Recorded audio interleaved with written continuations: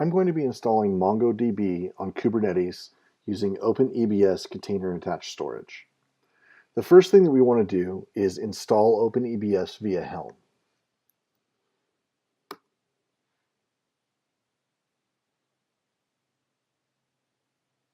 Now that OpenEBS is installed, we need to set up the C store pool.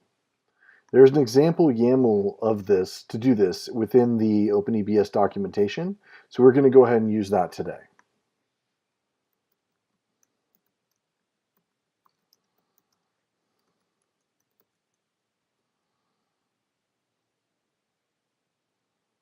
Next, we need to set up the storage class. This also has an example YAML within the documentation, so we'll use that too.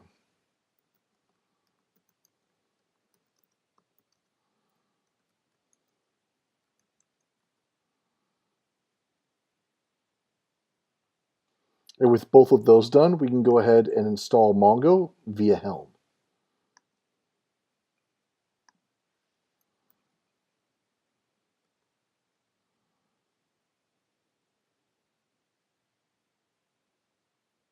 As the Mongo pods are starting up, we're going to want to add our Kubernetes cluster to Maya Online. If you go to mayaonline.io and you log in with your GitHub credentials, on the left-hand side, you'll see a link to go to the clusters page. Click clusters. In the upper right-hand corner, click connect a new cluster. Give the cluster a name.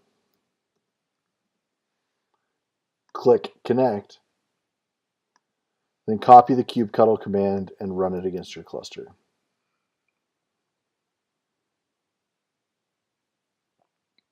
Now we wait for our cluster to report into Maya Online. The cluster is now connected to Maya Online, so we'll wait a moment more for some of the data to populate on the dashboard. Now that the data is flowing in, we want to go ahead and click on Topology on the left-hand side.